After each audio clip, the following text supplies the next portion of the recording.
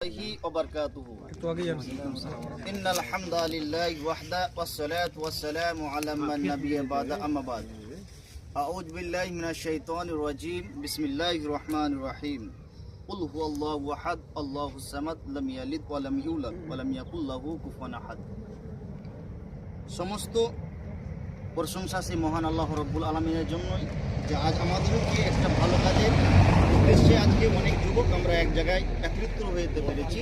সকল বলে আলহামদুলিল্লাহ। বিশ্ব নবী জনাবে মুহাম্মদ রাসূলুল্লাহ সাল্লাল্লাহু আলাইহি ওয়াসাল্লাম হাজার হাজার দরুদ ও সালাম বর্ষিত হোক। আল্লাহুম্মা সাল্লি আলাইহি আল্লাহুম্মা বারিক আলাইহি। আজকে আমরা মোহনপুর এলাকাবাসী থেকে দুইজন আমরা আলেম এসেছি। অনেক যুবক ছেলেরা আমাদের সঙ্গে সাথ দিয়েছেন।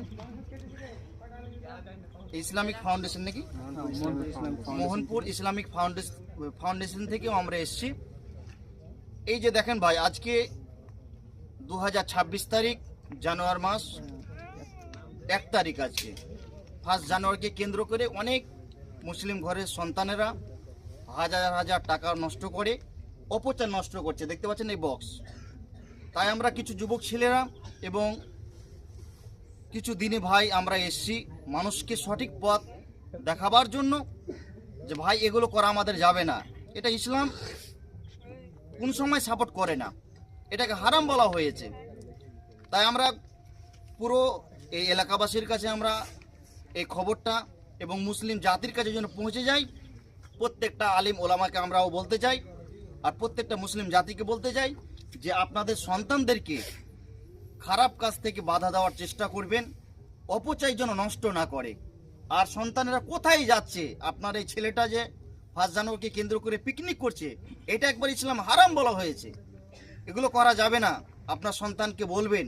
দেখেন আমরা অনেক যুবক ছেলে এসেছি এবং ইসলামের অনেক, আমার একজন ভালো আলেম আছেন, উনিও বলেছেন। আমরা যৌথভাবে এই ভাইদেরকে একটু বোঝালাম। তারা মুসলমানের ঘরের সন্তান ছিল, বাজাচ্ছিল। এখন তারা বলছে মৌলভী সাহেব আমরা এটা ভুল করছিলাম, আপনি যখন ইসলামের দাওয়াত দিতে আসলেন আমরা বুঝতে পারলাম আমাদের ভুল, আমরা আর বাজাবো না।